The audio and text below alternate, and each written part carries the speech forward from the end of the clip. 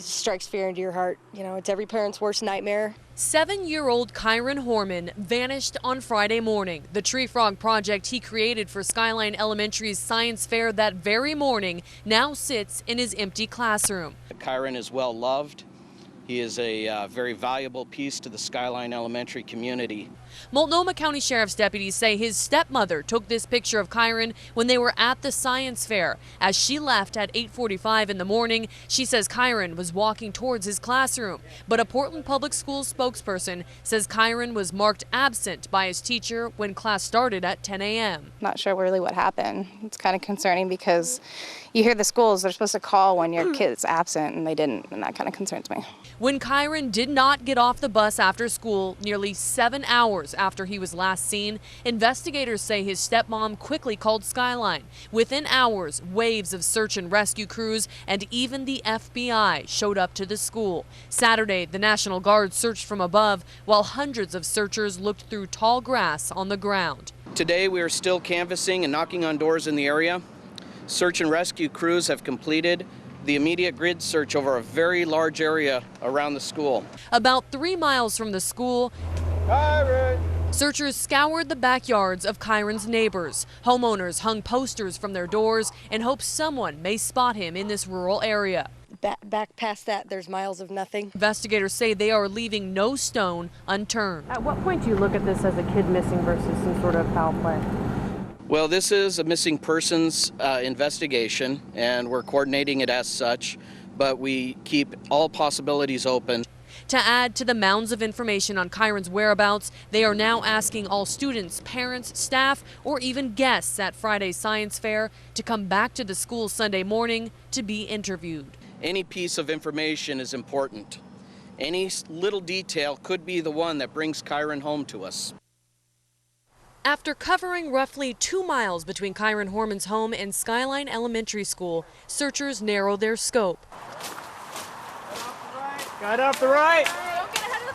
This is formerly a mill. It's been a mill since, I think, in the 20s or 30s. It was a pallet mill. They peer into an old office, crouch under the deck, and comb through dense blackberry brush. Coming out here, you haven't found him this long. It's not a good feeling. He just seems to have evaporated into thin air, and that's just scary. Kyron was last seen walking to his classroom Friday morning after his stepmother says she dropped him off at the school science fair. When he didn't return home on the bus, his family called the school. The reported disappearance of a student from one of our schools is unprecedented and deeply troubling. In a news conference at the Brooks Hill Historic Church, Superintendent Carol Smith says Skyline Elementary does not use an auto dial to alert parents about absences, but she says that will change. This is to call home for students who don't already have a prearranged absence. We'll be requiring that everyone start to institute use of the dialer. The FBI has dispatched its child abduction rapid deployment team, but Sheriff Dan Staton says he's not prepared to call Kyron's disappearance a kidnapping. In this type of a situation, I think everyone is of an interest to us, especially when a child is involved. He says given the amount of time and the weather, they are calling it a missing endangered child case. Just the whole idea of him just absolutely up and disappearing.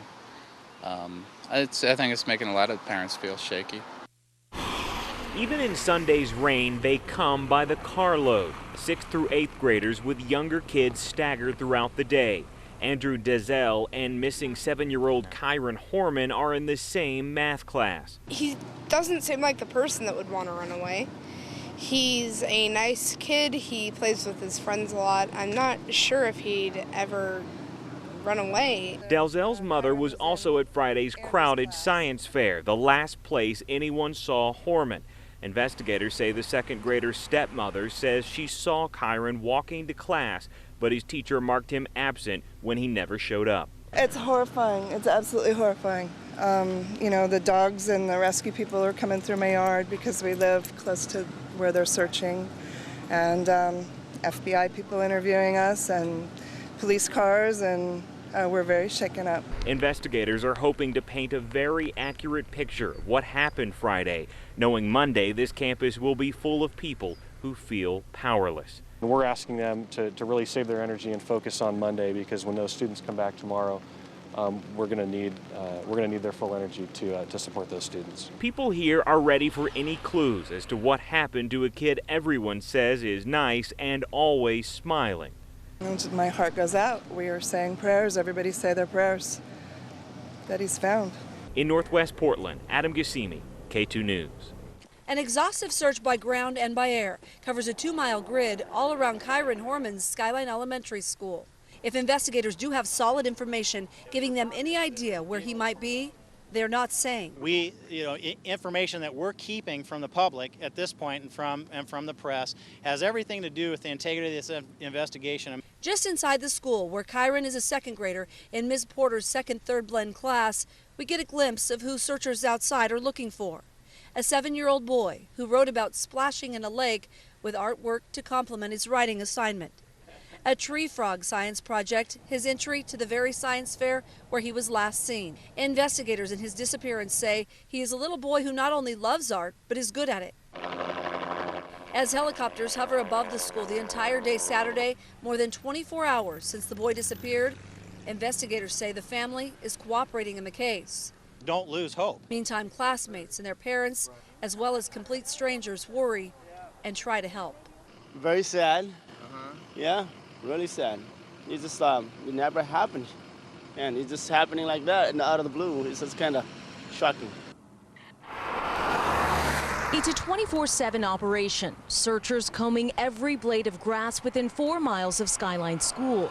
But even with Kyron Horman gone 6 days, they won't stop. I'm having to forcibly order and kick out people out of my command post that are supposed to go home and rest. They're tired, they're exhausted, but they want to stay with this throughout the full search. A search building in size and scope. We're moving in an expanded operation now. When Multnomah County Sheriff Dan Staton asked 35 other Oregon counties for help, no one turned him down. It is our goal to get as many on the ground as possible immediately, as certainly the time the clock is ticking.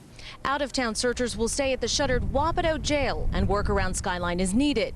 As to whether we're any closer to finding this 7-year-old and whether he's missing or the victim of a crime. The more appropriate way to approach that is to say that we have not eliminated any possibility. At least from the outside, and the answers given, it's unknown what clues investigators are following. Do you have any indication to think that there's another location that would be the focus of the search other than the school? Yeah, we're not able to comment on that yet.